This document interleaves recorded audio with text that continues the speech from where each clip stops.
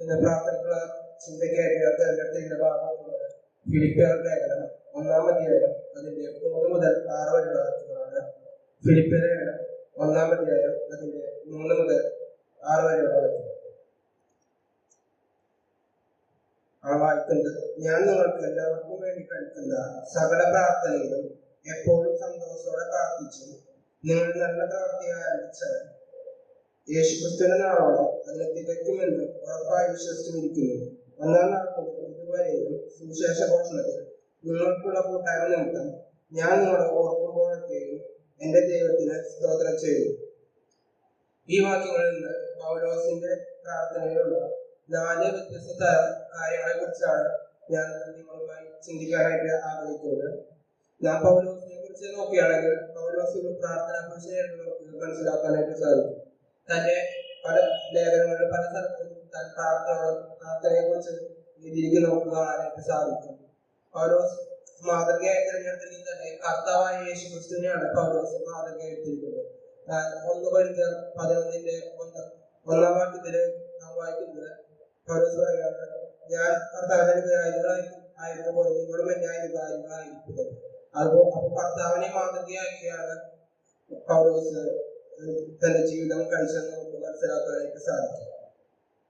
തന്റെ പ്രാർത്ഥനാ ജീവിതത്തിൽ മാത്രമല്ല തന്നെ എല്ലാ ശുശ്രൂഷയിലും പൗലോസ് മാതൃകയെടുക്കുന്നത് കർത്താവായ യേശുക്രിസ്തുവിനെ തന്നെയാണ്. ഇതിൽ ഞാൻ നിങ്ങളുമായി ചിന്തിക്കാൻ ആഗ്രഹിക്കുന്ന 4 കാര്യങ്ങളാണ്. അതിന്റെ 1-ാമത്തെ കാര്യം നാം കാണുന്നത് അതിന്റെ 6-ാം വാക്യത്തിലാണ്. അവിടെ നാം വായിക്കുന്നത്, ഞാൻ നിങ്ങളെ ഓർക്കുമ്പോഴൊക്കെയും എന്റെ ദൈവത്തിന് സ്തോത്രം ചെയ്തു. മലയാളത്തിൽ ഇത് അവസാനമാണ് ഇത് പറയുന്നത്. ഇംഗ്ലീഷിൽ നാം നോക്കുകയാണെങ്കിൽ ഏറ്റവും ആദ്യം 3-ാം വാക്യത്തിലാണ് നമ്മളിത് കാണുന്നത്. അവിടെ നാം വായിക്കുന്നത്, I thank my God in all my remembrance of you. തുടക്കത്തിലാണ് ഈ 6-ാം വാക്യം ഇംഗ്ലീഷിൽ നോക്കുമ്പോൾ കാണുന്നത്. അവിടെ നാം വായിക്കുന്നത് 6-ാം വാക്യം, ഞാൻ നിങ്ങളെ ഓർക്കുമ്പോഴൊക്കെയും എന്റെ ദൈവത്തിന് സ്തോത്രം ചെയ്തു. 1-ാമത്തെ കാര്യം ഞാൻ നിങ്ങളുമായി പങ്കുവയ്ക്കാനായി ആഗ്രഹിക്കുന്നത്, പൗലോസ് തന്റെ പ്രാർത്ഥന തുടങ്ങുന്നത് തന്നെ ദൈവത്തിന് നന്ദി പറഞ്ഞുകൊണ്ട് അല്ലെങ്കിൽ ദൈവത്തിനെ സ്തുതിച്ചുകൊണ്ട് ആണ് പൗലോസ് തന്റെ പ്രാർത്ഥന ആരംഭിക്കുന്നത്. ഇവിടെ നാം ഫിലിപ്പിയിലുള്ള സഭയെ നോക്കുമ്പോൾ അവരെ ഓർത്ത്, ഫിലിപ്പിയ വിശ്വാസികളെ ഓർത്ത് ദൈവത്തിന് നന്ദി പറയുന്ന ആ പൗലോസിനെയാണ് നാം ഇവിടെ കാണുന്നത്. നാം ഇതിൽ മനസ്സിലാക്കേണ്ട കാര്യം എന്നുള്ളത്, നാം പ്രാർത്ഥിക്കുമ്പോൾ നന്ദി പറഞ്ഞുകൊണ്ട് അല്ലെങ്കിൽ ദൈവത്തിനെ സ്തുതിച്ചുകൊണ്ട് വേണം നമ്മുടെ പ്രാർത്ഥന തുടങ്ങാനായിട്ട്. അത് നമ്മൾ ദൈവത്തിന് നന്ദി പറയാൻ നമ്മുടെ ജീവിതത്തിൽ നാം നോക്കിയാൽ പല കാര്യങ്ങളും നമുക്ക് ദൈവത്തിന് നന്ദി പറയാനുണ്ട്.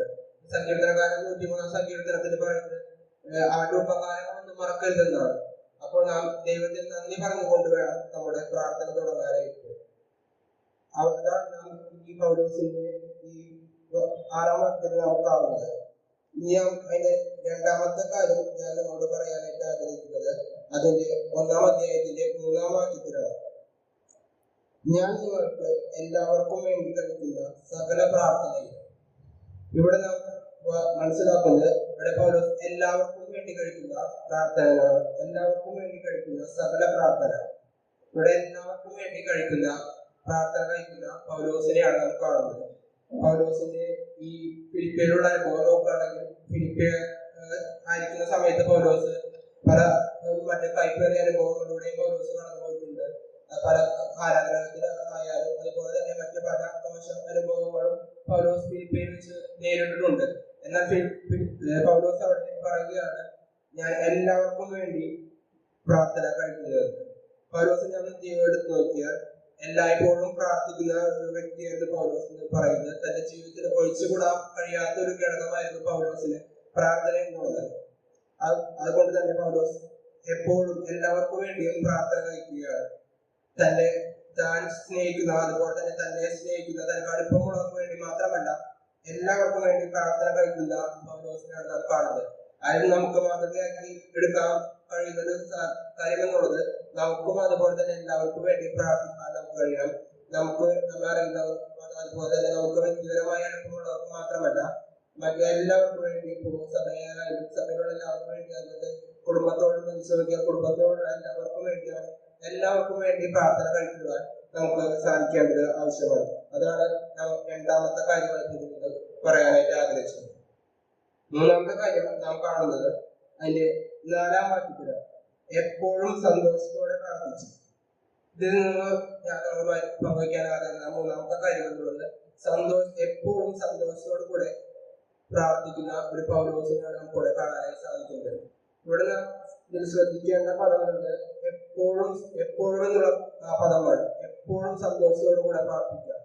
നമുക്ക് പല സന്ദർഭങ്ങളും സന്തോഷത്തോടു കൂടെ പ്രാർത്ഥിക്കാറുണ്ട്. അപ്പോൾ നമുക്ക് പല കാര്യങ്ങൾ പ്രാർത്ഥിക്കുമ്പോൾ നമുക്ക് പല ഉത്തരവാദിത്തം നമുക്ക് പലത് ലഭിക്കും. അപ്പോൾ നാം സന്തോഷത്തോടെ പ്രാർത്ഥിക്കാറുണ്ട്. എന്നാൽ നാം കഷ്ടതയുടെ അതുപോലെ തന്നെ പ്രയാസത്തിന്റെ മധ്യമായിരിക്കുമ്പോൾ പലപ്പോഴും നമുക്ക് സന്തോഷത്തോടെ പ്രാർത്ഥിക്കാനായിട്ട് കഴിയാറില്ല. എന്നാൽ ഇവിടെ നാം വായിക്കുന്നത് പൗലോസ് എപ്പോഴും സന്തോഷത്തോടെ പ്രാർത്ഥിക്കുന്ന പൗലോസിനെ നമ്മൾ കാണുന്നു. മാത്രമല്ല നാം ശ്രദ്ധിക്കേണ്ട മറ്റൊരു കാര്യമുള്ളത്, നാം തന്റെ സ്വന്തം ആവശ്യത്തിനല്ല പൗലോസ് ഇവിടെ സന്തോഷത്തോടെ ദൈവത്തോട് പ്രാർത്ഥിക്കുന്നത്, മറ്റുള്ളവർക്ക് വേണ്ടിയാണ്. നാം പലപ്പോഴും നമ്മുടെ ആവശ്യങ്ങൾ സന്തോഷത്തോടു കൂടെ തന്നെ പ്രാർത്ഥിക്കാറുണ്ട്.